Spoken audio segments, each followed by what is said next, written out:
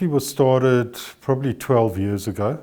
Its first iteration was really to perform a data protection service, which in our world simply means backup. It was originally launched together with Pastel Software, where thousands of our clients, at the time I was running Pastel Software, would back up to external devices like hard drives and flash disks. And it tends to get messy and unreliable, because something I've always seen with backup is everybody's very keen and diligent in the beginning, and then as time goes by they forget where their drive is, how often they've done it, did they back up the right data.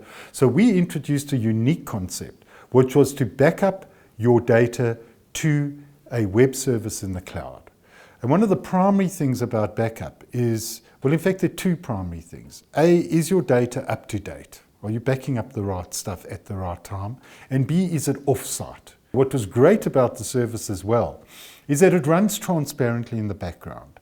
So it doesn't require any human intervention. You know, once you go through the setup process, which probably takes about 10 minutes, you then schedule exactly what times you want it backed up and what data you want backed up. And then after that, it's a self-running software service.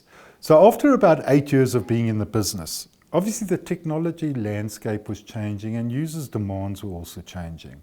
I think what's fundamental in that is that data storage became cheaper, and because software applications were starting to generate so much data, you had mobile devices generating data, and obviously software itself was generating huge amounts of data. And we found that the pressures in the organizations that we were servicing were changing. So all of a sudden people were very worried about cybersecurity, ransomware, running their computer infrastructures in a hosted environment rather than having it locally. So we've developed more services over the last 3 years, primarily around cybersecurity, hosting services, and full disaster recovery. And traditional backup has been my data secure, which is the most important thing. But if you have a situation where, let's say your computers were stolen, what you would typically do is buy new computers, reload your software, and then in the end you would get your data back from our data center, and that could take a few days for you to actually get up and running again. Not because of getting your data back from our data center, but really reconstituting your environment. Disaster recovery specifically talks to staying up and running. Your downtime is really minimized. So the two themes that have been introduced over the last 3 years in this industry are your recovery point objective and your recovery time objective. Now those terms weren't widely used 10, 15 years ago.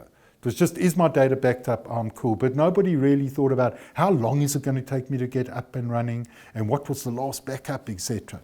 So your recovery time objective talks specifically to, if my computers are stolen, how long will it take me to get up and running again? And we solve that by really hosting your stuff in the cloud if you've had a disaster, and you log onto our cloud service and you carry on running. Your recovery time objective refers to, your recovery point objective refers to how far back is my data current. And we allow people to back up every hour. So at least you don't have to recapture the last 2 days of data, and you don't have to suffer the embarrassment or the inconvenience of being down for too long. So while you fall over to our infrastructure and carry on operating like nothing happened, you now have time to reconstitute your infrastructure in-house. And when you're ready, we then fell back down to your local infrastructure and you carry on. So that's kind of how the infrastructure changed. But if you think about our 4 pillars of data management, cybersecurity, compliance, and finally business continuity, it's all kind of related today. There's a bit of a grey area around cybersecurity as it relates to data protection in the cloud. You know, I've seen a lot of vendors say, we ransomware proof. What they're really saying is that your backups are ransomware proof. But that doesn't mean that your local environment still doesn't need to be ransomware protected.